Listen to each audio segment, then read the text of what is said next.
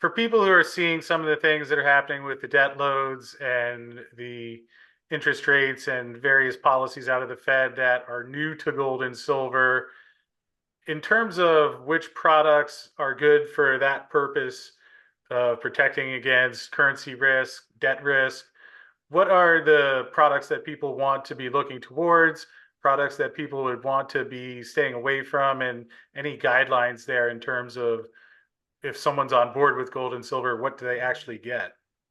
The easy answer is that you have six primary mints out there: the US, Canada, Austria, Australia, South Africa, and the United Kingdom.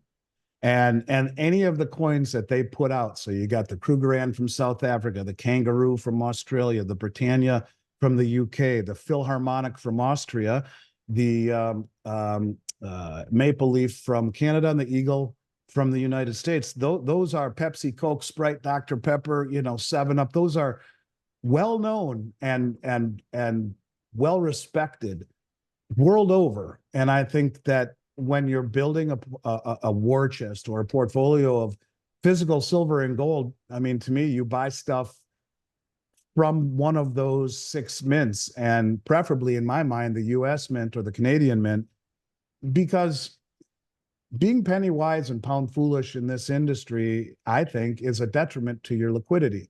Now, you can have the greatest thing in the world. If it lacks liquidity, what good is it? We are witnessing a good portion of the states in this country pivot and saying that gold and silver coins issued by one of those sovereign mints is currency to be used for all debts, public and private, including paying your property taxes. So you have state governments willing to take your metal for property tax payments. What does that say? And it's to me a glimmer of the American spirit. It's pushing back against the brain dead policies of the Fed. The monetary and fiscal policy of the Fed and the government are in many respects, have destroyed a good portion of what this country stands for or has always stood for. And I think if you're going to own precious metals, do not be penny wise and pound foolish. Do not buy 1,000-ounce bars in favor of 1,001-ounce rounds.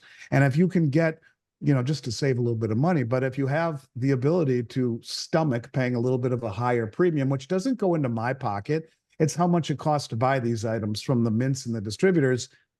Buy the American Eagles, buy the Canadian Maple Leafs. You're buying quality. And after all, if a good portion of the reason you own this stuff is because when the chips are down and you don't want to have to haggle with someone or convince someone or barter with someone in a way that first you have to somehow convince them that what you have is sought after and real, it doesn't do you any good. You want something that, bang, has immediate liquidity and demand. And I think it's worth it. So you pay a little premium on the front end, you get that premium on the back end. And, let's remember that if you would have bought Silver Eagles in 2019, you would have paid, $3.50 or so over the price of silver to buy them. And at the same time, if you tried to sell them back 6 months later after the pandemic hit, you would have received $15, $16 over the price of silver. So that's indicative of a tremendous amount of demand for things that are sought after. And in times of turmoil or crises or whatever, a need for liquidity, you want that without having to waste your breath trying to have to convince them, no, this is really cool and this is what you want. No, you want something that is immediately liquid, free from subjectivity, sight unseen anywhere. So for me, it's one of those six mints, and preferably the United States mint or the Canadian mint would be, I think, offer the greatest liquidity in good times and in bad. So are there situations where it would be worthwhile to get something like a Buffalo round or something that's not coming from one of those sovereign mints?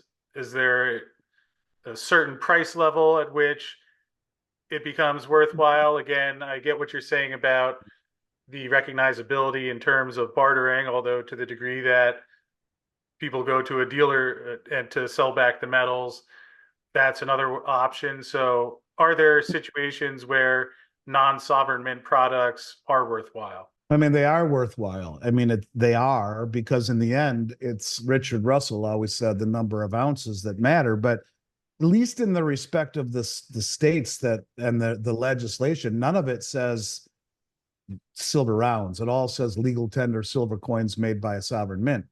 from that perspective, it would be better to pay a little higher premium to buy the government issued coins. But look, I mean, you know, silver is silver, right? And I think it's better than not having any. And they are less money, and they are a more cost effective way of accumulating it. And but I guess if we're going to use silver rounds as the example, I would simply say I think you're better off owning 5 silver rounds over a 5 ounce bar, or 10 over a 10 ounce bar, or 32 over a kilo, or 100 over a 100 ounce bar, or 1,001 ounce rounds over a 1,000 ounce bar.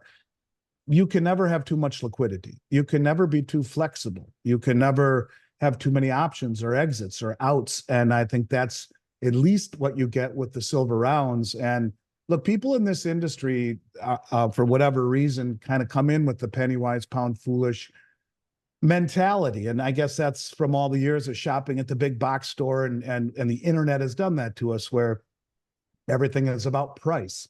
And price is important, right? It is. But I think price can also lead you down the wrong path, because I mean, if you're on trial, or you're for your life, or going to a heart surgeon for your life, you're not looking at who's the least expensive. You're looking at who's the best, or what's the best plan.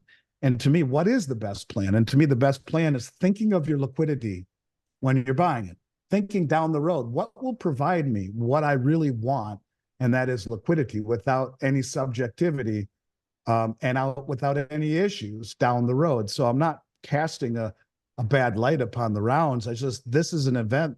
This is the states accepting legal tender coins is something I never thought would happen. And so even the best laid plans need to be reevaluated. And I've always said silver rounds are fantastic, biggest bang for the buck, highly sought after, and I'd still be okay owning them. But if I had my druthers, I would reach for a government issued coin because of these laws. And you know, who knows what tomorrow may bring. But if all I have is the ability to buy silver rounds because they're much more cost effective, and much more, being $1 or $2 an ounce, yeah, I'm okay with that. But completely being candid, if I had my choice, I'd buy the coins issued by one of those 6 sovereign government mints.